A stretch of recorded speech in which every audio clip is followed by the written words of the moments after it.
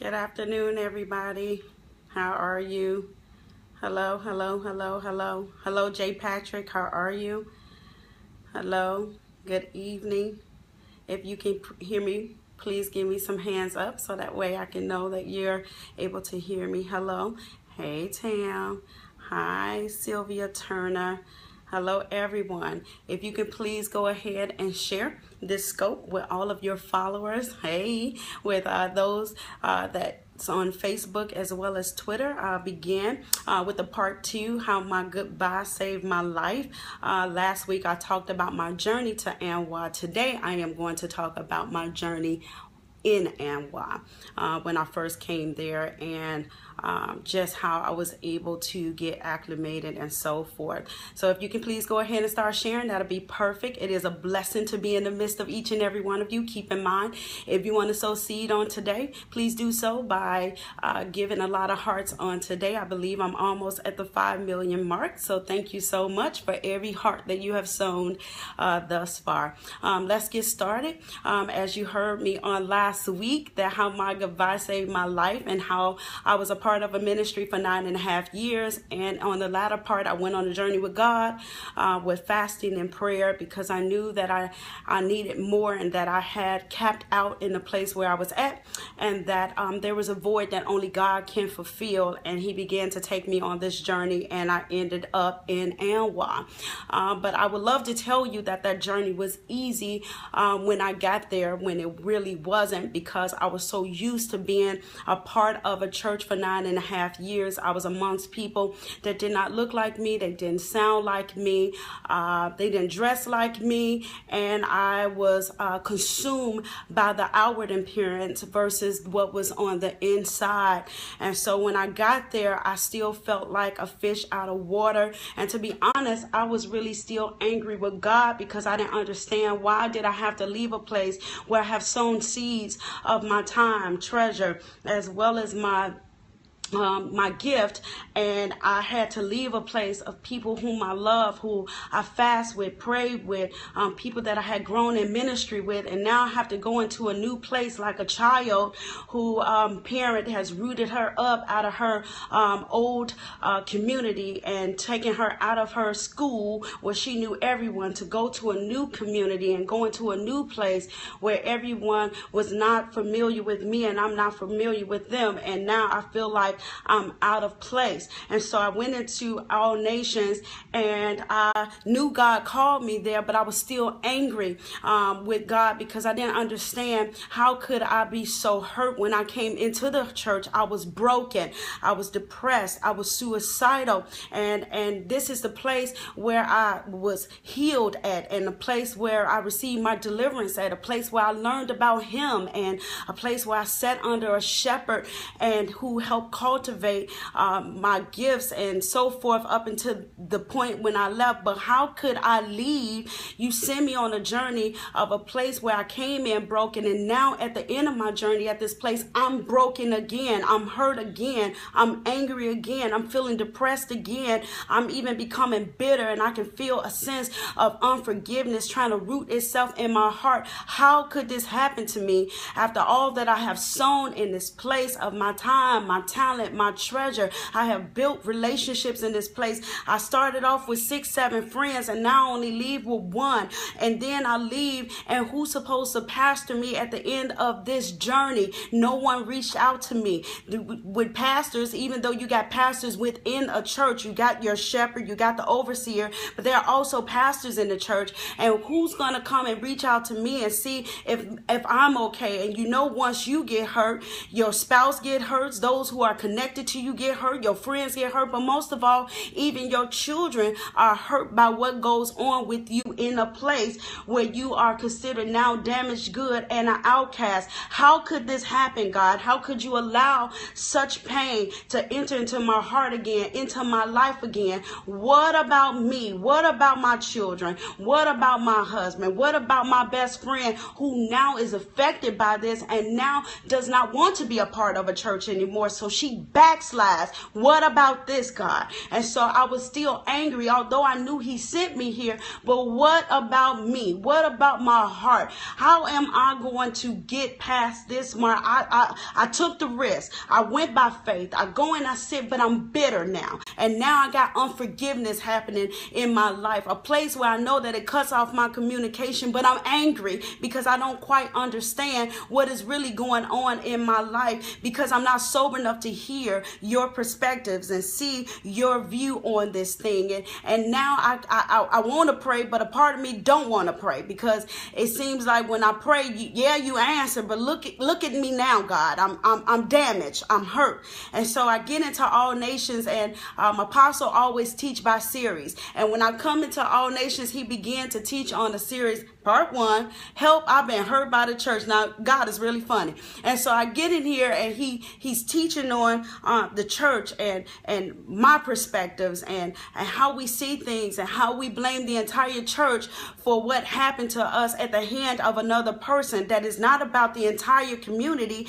This damage that I experienced, or this hurt that I experienced, didn't come from everybody inside the church. It came from an individual. It came from a person or persons, but it wasn't the church. It was people. And so when he began to teach on this and began to show me that I needed to see things from a different perspective, and that I needed to see how God is still working in my life, and that this journey is not in vain, I was like, what in the world is going on here? And when he began to teach it, tears began to roll from my eye, and I cried through the whole message. And then I come back, he's teaching on part 2. I'm like, this thing is never going to end. Next thing I know, I'm on the floor, and I'm just crying, and I'm bawling, and I'm still not understanding. These people don't know me, but yet every time I came through the door, they was loving, and they always reached out to me. But a piece of me kept saying, I don't care how much you reach out to me. I didn't come here to make any friends. I didn't come here to get to know the pastor. I just want to be healed without being involved with people, because I felt like people hurt me on my journey with God. So I don't want to be friends with anyone. I don't want to build any relationships. And no, I don't want to trust the leader anymore, because the last leader that I trust, I felt like you betrayed me. So there's a possibility that this new person is going to betray me. So I built up these walls, and I had inner vows that said, I will not trust anybody in this church. I didn't come to make friends. He can't even get the benediction out quick enough for me to hit the door and be at the stop sign before he can open the doors of the church. I'm almost at home, because I don't want to make any contact with anyone. I don't want to build with anyone. I don't want anyone to know my fears, my hurts. I don't want to be transparent. None of these things I want. Only thing I want is God. But how do you know that you cannot love God and not love your neighbor? The two is not going to work. You must, when you love God, you have to also love your neighbors. And when you come into a new community, you also have to learn how to build. You learn about the vision of the house, and you must adjust yourself. I didn't come in arriving saying I came here because God sent me, and God sent me to help build. I came broken. I came with a contrite spirit. I came humble. And even in anger, God began to heal me by the messages. I didn't announce that I was a prophet. I didn't announce that I was a leader at my old church. I didn't announce that I come to help and build. I didn't announce that I was an intercessor. I came and set my tail down in the back, and I began to learn the culture of the house, and I began to see the vision of the house. Did I get healed overnight? No, I did not. I still had to go on a journey with God, with much prayer and with much fasting. And I began to talk to God about my fears and these inner vows that I had made in my heart. And although I was trying to hide in the back, it always appeared that God was still doing something in my life, because Apostle would call me out every time. When my mother said, hey, he's having a outing, and I would like for you to travel with me to the outing. I was like, no, because the last time I was under a leader, I supported all the outings, and look what happened to me. See, bitter. I was still bitter.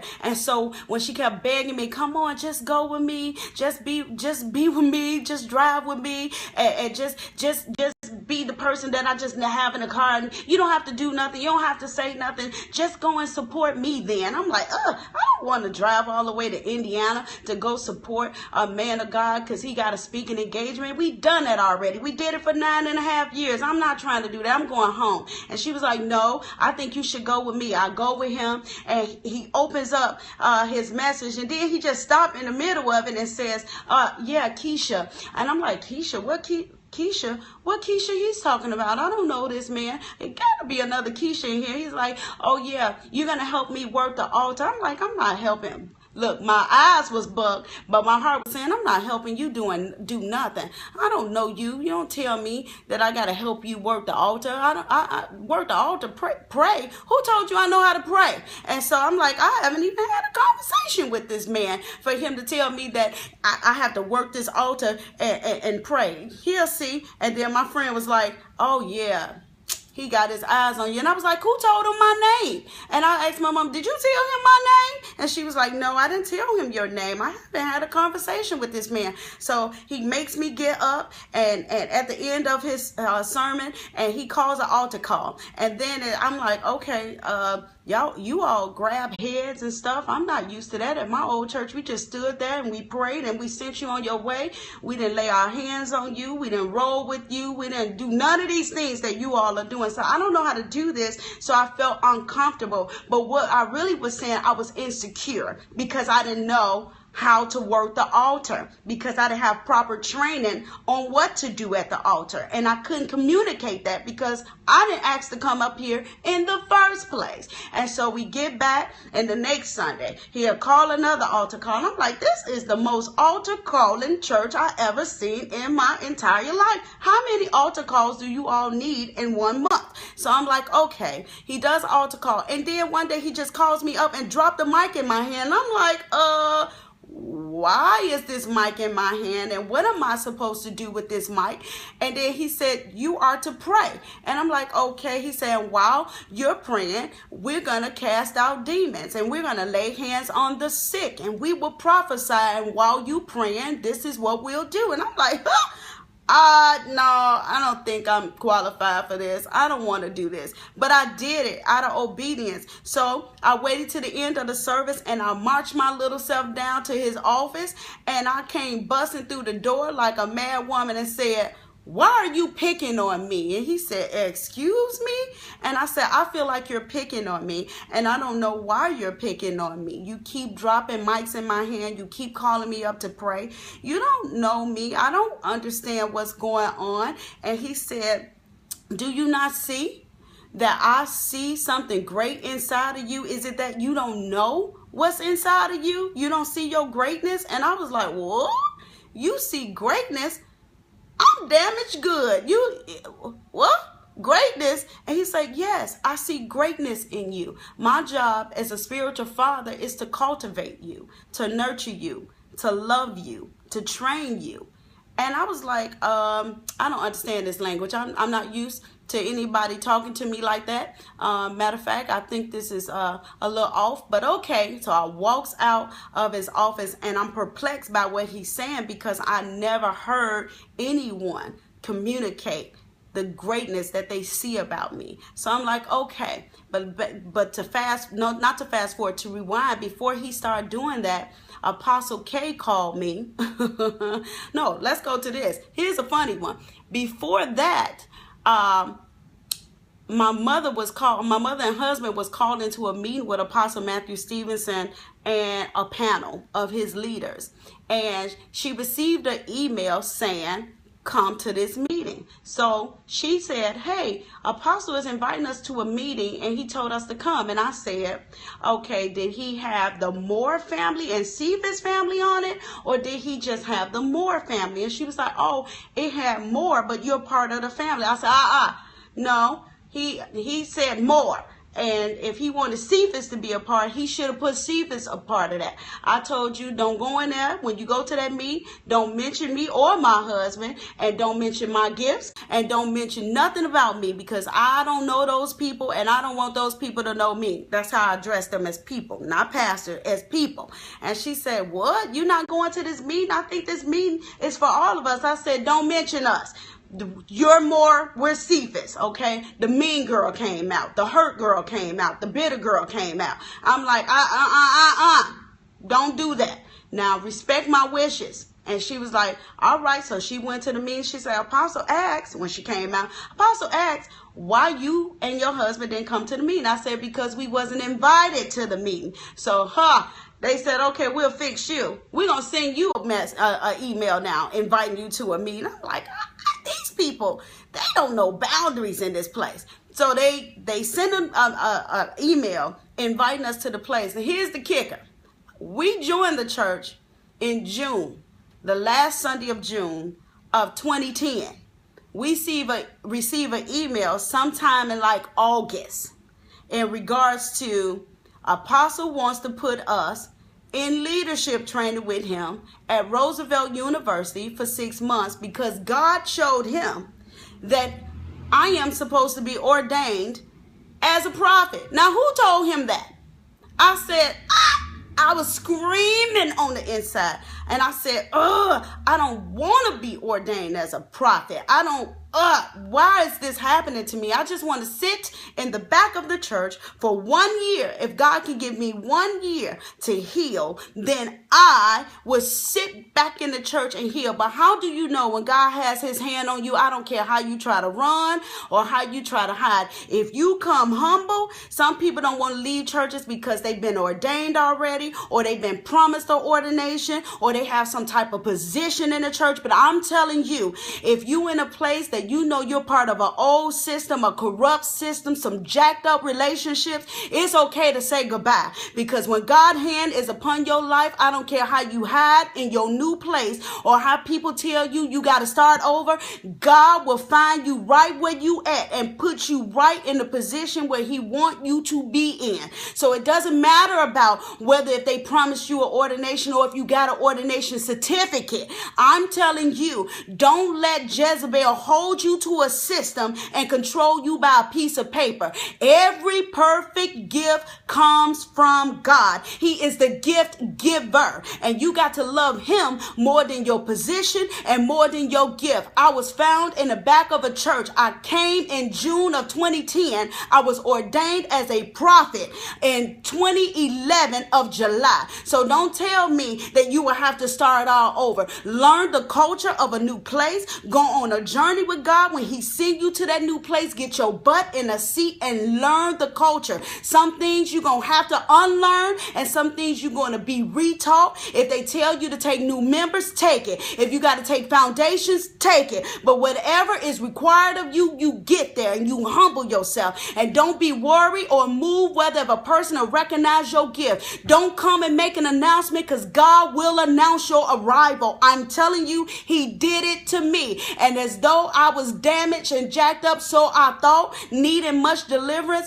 and did not want anybody to know about me being a prophet or an intercessor, God revealed me in that place, and he put me in a 6-month training that was extensive, and I thought I was going to die in that training, but it was good for me. And I began to see God from his point of view and not my own. And the moment that I sober up, I said, God, it was good that I was afflicted, that I may learn of your statutes and your command, that I may understand to never put a person in a place that you shall always reside. It was good, God, that you crushed me on this journey, that I know how to be moved to compassion and show empathy to somebody else. It was good, God, because it strengthened me in my relationship with you, and it strengthened my relationship with others. Thank you for taking me to a place where I can learn of you and not be mad at you and angry at you and angry at my journey. It was good because out of it came greatness. Out of it came strength. Out of it came power. And then on this journey, I tapped into a person that I never knew. Thank you for taking me on a journey. It was good that I said goodbye, that I may live and not die, because I wanted to be a part of an old system, part of an old place, part of old relationships. It was good that I was left with one friend, that at the end of my journey to the new place in 1 year, I was able to convince her that she can come back to God and not be betrayed or be hurt, and that she was able to give her life back to God, a backslider whom God still loved and was married to. It was good that I was able to go through this, and then you set me in a place and you gave me authority and you gave me power that I didn't have to go and announce myself. You did that for me. So God, I said, thank you. So if you are one of those people that is stuck in that system, I tell you, go on a journey with God. Pray. Fast, hear his voice, sit still, quiet yourself, see what he's saying, get your set of instructions, believe God, walk by faith, not by sight. Don't be moved by men's opinion, be moved by God's opinion. And don't put your confidence in a man, put your confidence and a trust in God. And I'm telling you, he will never fail, he'll never disappoint. Everything that he promised is still yes and amen. He's not a covenant breaker. Don't compare him to a man, because he's not the same. And even when it hurt, he's still in the midst of it, according to Romans 8, that all things are still working for your good. And I promise you, nothing will be able to separate you from the love of God. It's not about a place. It's about your relationship with the Father. Do you know how many people are more acquainted with their gift than the one that gave them the gift? And the reason why a lot of people stay in these old places, drying up, because they're afraid that they will have to start over. But the beautiful part about that picture, it's good to start over sometimes. You can gain so much strength in a new place. And I'm telling you, if God said it, you better move it. If he justified you and qualified you, his hand is still upon your life, you can still grow in a new place. Don't let what you see on the out appearance of a new people that God is trying to get you to versus the power that God is demonstrating in the people. Don't be like those during the times of Micah, who was concerned about the beautification and the outer appearance of a place, and the people were jacked up inside of their soul. I'm telling you that if you go on a journey with God and you know God has told you to leave a place, leave a relationship, leave a job, whatever it is that he's trying to get you to leave, to cause you to prosper, to cause you to grow, you better do it, because obedience is better than sacrifice. God is not a liar. And once I learned this, you promised me, God, that's enough to take me right on to where I need to be. You promised me, God. You promised me, if I seek ye first the kingdom of God and your righteousness, that you will add all things to me. You promised me, God, according to Deuteronomy 28, 1 through 14. If I heed and obey all of your commands, you will do this for me. You will bring me in and you'll bring me out with blessings. You will cause your heavens to be open upon me, which is your treasure, to rain upon my seed and cause me to produce a harvest. You promised that you will bless me going in, coming out. You'll bless the works of my hand, the fruit of my field. You promised me, God, that all these things that you have said about me is still yes and amen. God, you made promises to me, and I'm standing on those promises. And if you tell me to transition out of a place to a new place, and if I obey you, you will accelerate me quickly, I stand on your promises, because you told me that I can put you back in remembrance of your word, and you're not a liar. If you said it, you will perform it. And those are the promises that I stand on. It wasn't about me being in a relationship with some people. It was about my relationship with the Father. Heal me from this anger. Heal me from this bitterness. Heal me from a people and place that I felt like betrayed me. Heal me, God, so I'll be able to teach, preach, prophesy, and pray somebody else through the very same thing that you brought me through. But I can't do it until you heal me, God. And I can stand today and say that I'm healed. And I thank God that I was able to hear his voice by way of prayer and fasting and transition out of an old place to a new place. Do I despise the place that I came from? No, that is my foundation. I don't despise it. I thank God for it. And when Apostle set me in the office of a prophet, he came back and said to me, and you will have to pray for those that you was among and be moved with mercy. And I said in my heart, the devil is a liar. But now I can truly say I can pray without any issues in my heart. I can see him on the street and I won't feel a thing but love, because at the end of the day, God doesn't love me no more than they love him, no more than he loves them. So yes, I can pray for them. I can still stand in the gap for them.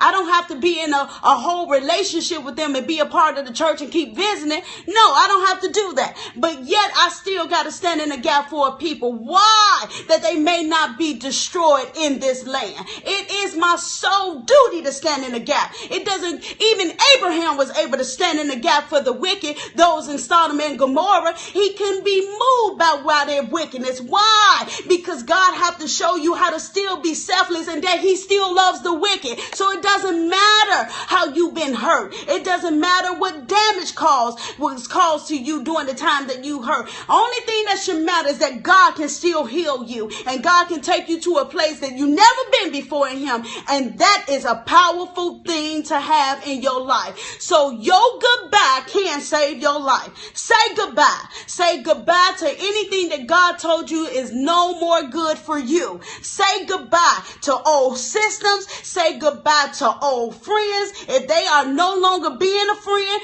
you remove yourself from that situation. You don't have to be verbally abused. You don't have to be financially abused, and you do not have to be mentally abused, physically abused, or spiritually abused. It is not God for you to go through all those things. But if you're in the midst of it, he still has a plan, and it will still work for your good. Say goodbye. It takes courage to do it, and I'm not going to tell you that it's easy. But if you follow God, he will not disappoint you, neither will he bring you to shame. And guess what? You will be acquainted with them demons that you are able to overcome, and you yourself will have authority over it. So let today be a day that you say goodbye to anything that God has already told you to get rid of. Bye. With no regrets, with no apologies, with no excuses, and no explanation. If you have to turn away and say bye, nobody accepts that the same way they said to me that I was going to have to start over, and it's not your time, and you're going to be cursed with a curse because you're no longer living under us. Some of that stuff will start manifesting, and you'll think at your new place, I should go back. The devil is a liar. Those are curses. And the same way some authority figure spoke that over that, you need somebody with the same authority or greater to break it up off of you. And I promise you, God would do that. Everything that they said, I'm a witch, I'm not going to prosper, my children not going to prosper, break up my marriage, I'm not going to grow in my gift. Look at me now. God is faithful to his people. He's not a liar. If he called you, he has ordained you and set you, he is going to set you up well. I promise you. He's faithful to me. Did I face some hardships? Yes, I did. But it was already in the plan. And I overcame it. Did my children end up having children outside of wedlock? Yes, they did. But they overcame it. And they still love God. How about that? And they still love him. Am I still with my husband? Yes, I am. Even though they tried to destroy it in 2010, we're in 2016. He still loved God. I still love God. How about that? So God is faithful. Say goodbye. It's okay. That's my message for today. If you got something out of it, give me some hands up. Love you guys.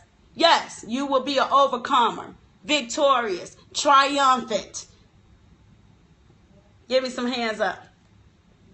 A lot of you inbox me saying how you're still stuck and waiting for God to tell you to leave when he told you to leave the first time and you chose to stay. The devil is a liar. Don't be a double-minded man. Have a single mind. That should be the mind of Christ. You shouldn't be still stuck in a place where God already told you to leave. You behind time.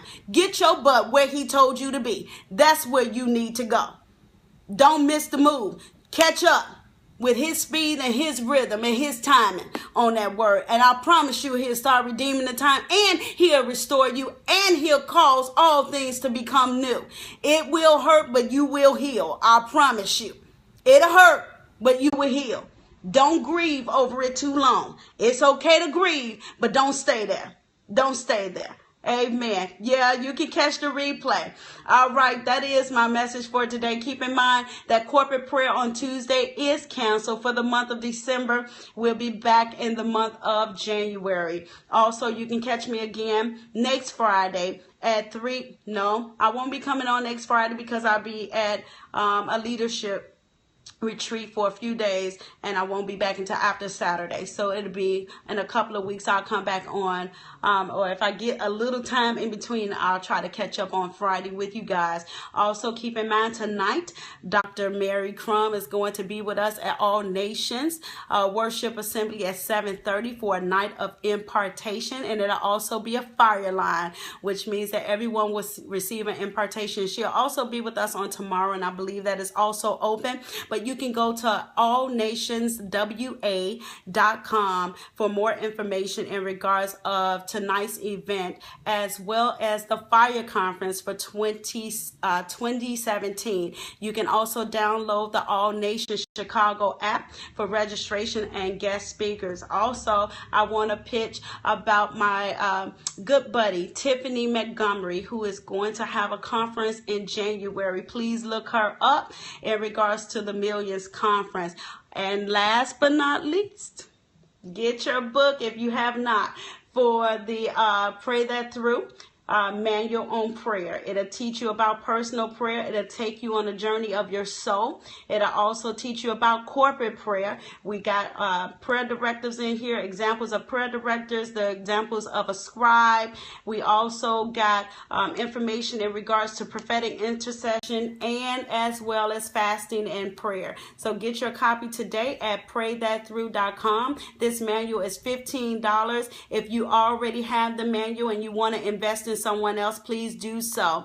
And that's praythatthrough.com, and this manual is $15. It talks about personal prayer, prayer as a lifestyle, the importance of prayer, the watchman. You got corporate prayer in here. You got the different types of prayer. You have in regards to the different types of fast, because people sometimes don't tend to fast, but that is a powerful tool as well in regards to fasting. So get your copy today, and I'll see you guys hopefully on next Friday. If not, it'll be the Friday after. And if you can, if you're in the Chicagoland, please come out tonight at 7:30 to hear Dr. Mary Crum in regards to prophetic impartation and the fire line, for everyone to go ahead and get this book. Go ahead, get this book today. This is me. Look what came out of it when I left the old place and the old system. A whole manual about my life. This thing I live each and every day. Love you guys. Bye.